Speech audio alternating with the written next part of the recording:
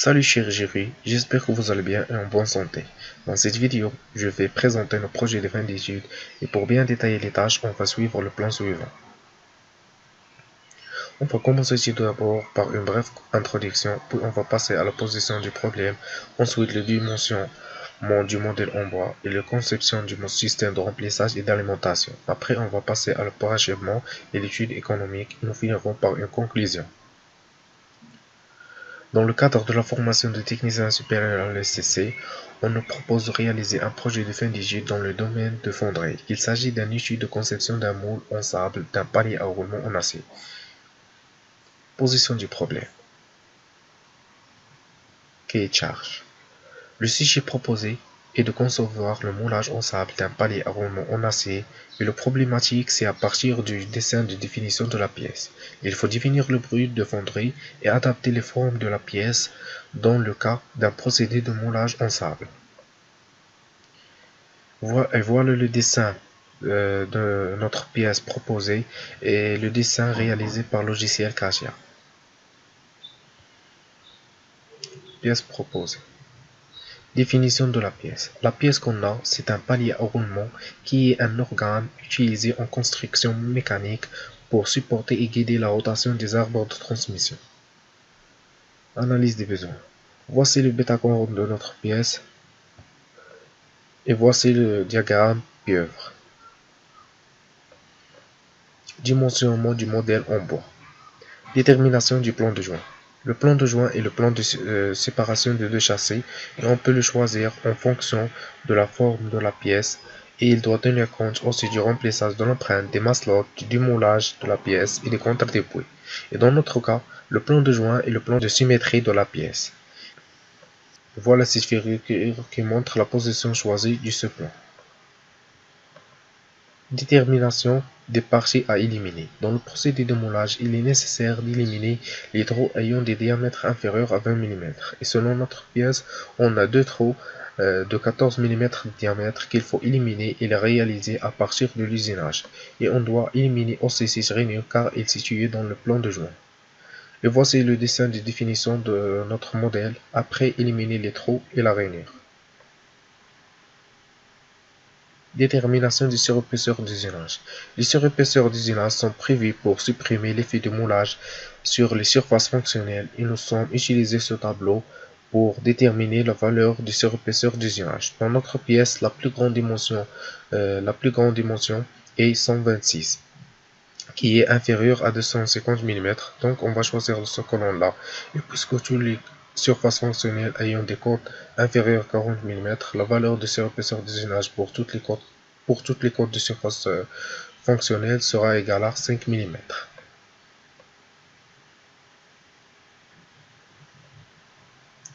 Et voici ce dessin de définition de notre modèle après ajouter les surépaisseurs d'usinage.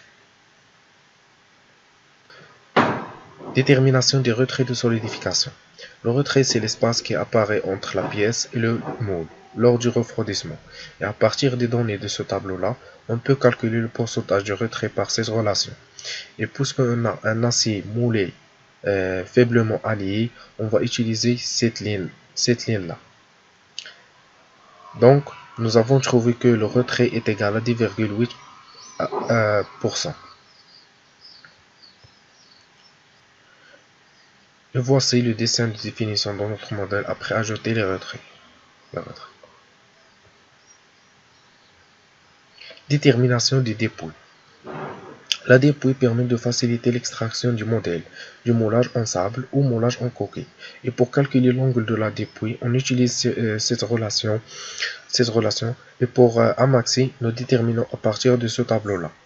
Et après d'appliquer la relation précédente, nous avons trouvé que l'angle de dépouille est égal à 2,16 degrés. Voici le dessin des angles de détermination du rayon de raccordement. Les angles vifs peuvent poser un problème pour le moulage en sable. Et pour éviter ce problème, on doit les arrondir. Pour notre pièce, on a deux raccordements, un de forme L et l'autre de forme T. Pour la forme L, d'après ce tableau, le rayon intérieur est égal à l'épaisseur Et pour le rayon extérieur est égal à l'épaisseur plus le rayon intérieur. Et pour la forme T, le rayon, on peut déterminer à partir de la courbe suivante. Donc, pour la forme L, nous avons trouvé que le rayon intérieur est égal à 13 mm et le rayon extérieur est égal à 26 mm. Et pour la forme T, d'après sa courbe, nous avons trouvé que le rayon est égal à 7 mm. Voici le dessin de notre modèle après arrondir les angles vifs. Noyautage des parties creuses. Pour obtenir une pièce comportant un trou parallèle au plan de joint du modèle, il est nécessaire d'insérer dans le moule une pièce appelée noyau. Et cette figure montre le dessin du noyau avec le modèle. Et voilà la longueur du noyau qui est égale à 79,5 mm et le diamètre qui est égal à 24,1 mm. Détermination du boîte à noyau. Le noyau est réalisé à l'aide d'un moule appelé boîte à noyau qu'il se choisir selon le matériau et le type de remoulage. Et d'après ce tableau, on va choisir un boîte à noyau en bois car il s'agit du noyautage à la main d'une pièce unitaire. Dimensionnement de la masse-lourde. Il existe de nombreux types de masse-lourde selon leur forme et principe d'utilisation, et selon notre pièce, on va utiliser le masse-lourde débouchante car la plus utilisable pour les aciers.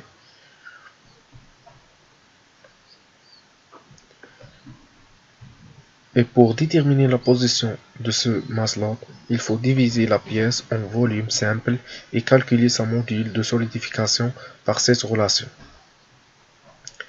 Et après les calculs que nous avons faits, on a conclu qu'on a besoin du masse-lourde dans la partie orange, car il est la plus massive. Maintenant, on va déterminer le diamètre de ce masse-lourde et la hauteur. Et pour calculer les diamètres de ce masse-lourde, nous avons utilisé ces relations et après les calculs, nous avons trouvé que le diamètre de masse-lourde est égal à 54,76 mm. Et pour la hauteur de masse-lourde, nous avons trouvé qui est égal à 71,18 mm. On passe maintenant au dimensionnement du système de remplissage.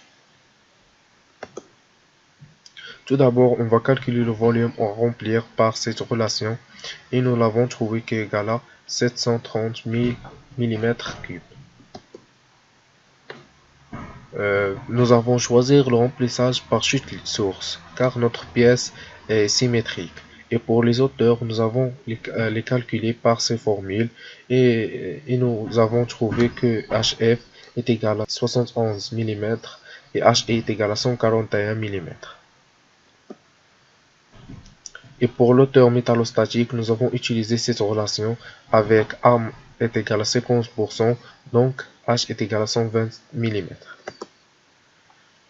Et pour calculer les sections de descente, nous avons utilisé cette relation avec le rendement hydraulique est égal à 0,5 et on obtient le petit section de descente est égal à 155 mm², d'où le diamètre est égal à 14 mm. La grande section de descente, nous avons besoin de calculer HB et HD par ces formules. Nous avons trouvé que le HB est égal à 15,45 mm et HD est égal à 125,55 mm. Alors, d'après cette relation, la grande section de descente est égal à 468 mm², d'où le diamètre est égal à 24,41 mm. Et voici cette figure montre cette définition du système de remplissage. Pour calculer les sections des canaux et des attaques, on va utiliser l'échelonnement d'un système de remplissage à l'aide de ce tableau. Puisqu'on a l'acier est un alliage oxydable et HI supérieur à 100 mm, on va utiliser l'échelonnement 1 racine HI racine HI. Donc, on va calculer maintenant les sections des canons. Alors, la section des canons au pied de coulée est égale à la section de descente qui est égale à 155 mm². Et puisqu'on a utilisé deux canons, la section de chacun est égale à 77,5 mm². Et après cette relation, nous avons trouvé que C est égal à 27 mm. Maintenant, on va calculer la section des canons après divergence. D'après cette relation, nous avons trouvé que SC' est égal à 1840,52 mm². Et puisqu'on utilise deux canons, la section de chacun est égale à 920,26 mm². Et d'après cette relation, nous avons trouvé que C' est égal à 31,9 mm. On passe maintenant à le calcul des sections d'attaque. Nous avons calculé la section d'attaque d'après cette relation et nous avons trouvé que SA est égal à 1840,52 mm. Puisque on utilise deux attaques, donc la section de chacun est égale à 920,26 mm². Et on a trouvé qu'une longueur d'attaque est égale à 85,80 mm. Et voici le dessin de définition de la plaquette. Et voici maintenant le dessin complet de notre modèle avec le maslot, les attaques, les canons, les châssis, etc. On passe maintenant à le parachèvement. D'après l'étude que nous avons fait, nous avons trouvé l'avant-projet suivant. On va commencer tout d'abord par le contrôle de brut, puis on va surfacer la phase 1 et alésage de D2. Après, on va faire le surfaçage de F2, et puis on va faire le rainurage de rainure, et enfin, on va faire le perçage de D3 et D4. Et voici la gamme d'usinage. Et pour les contrats de phase, pour phase 10, on va surfacer F1 par un outil à surfacer de diamètre 50 mm. Et pour le diamètre des deux, on va faire l'alésage par un outil à aliser, puis on va utiliser un alisoir machine. Et pour la phase 20, on va faire le surfaçage de F2 par une fraise de T en carbure de diamètre 50 mm. Et pour la phase 30, on va faire la rainure par une fraise de T de diamètre 10 en ARC. Et finalement, pour la phase 40, on va utiliser tout d'abord un forêt à centrer, puis on va faire le perçage par une forêt de diamètre 13,5 mm, et enfin on va utiliser un alisoir machine de diamètre 14. On passe maintenant à l'étude économique. On suppose que nous sommes 3 techniciens travaillent 8 heures par jour pendant 26 jours. Donc le coût de l'étude sera égal à 5061,42 dirhams. Et puisque nous avons besoin de 9,63 kg de l'acier, le coût de la matière première sera égal à 38,52 dirhams. On passe maintenant à le coût de la réalisation de la pièce. Voici les coûts des machines utilisées. Et voici les coûts de la réalisation de chaque opération. Donc le coût total est égal à 62,85 dirhams. Et voici le coût de la main d'œuvre qui va travailler pendant 25 heures pour 13 dirhams par heure. Donc le coût de la réalisation sera égal à 387,87 dirhams.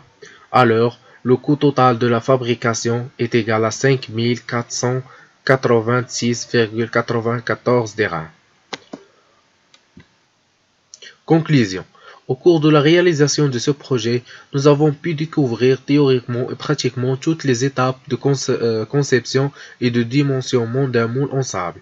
En effet, grâce aux recherches réalisées à la documentation et diversifiée, nous avons pu mieux cerner le domaine de fonderie. Ce projet nous a permis de développer nos compétences et de savoir confronter plusieurs approches de calcul d'une même problématique pour adopter la plus convenable à notre cas. D'un autre côté, cette expérience nous a appris à mieux gérer le travail en équipe. Enfin, ce projet de fin d'études nous a beaucoup enrichi. C'est un tout pour développer et compléter notre formation à l'ESTC. Et merci pour votre attention.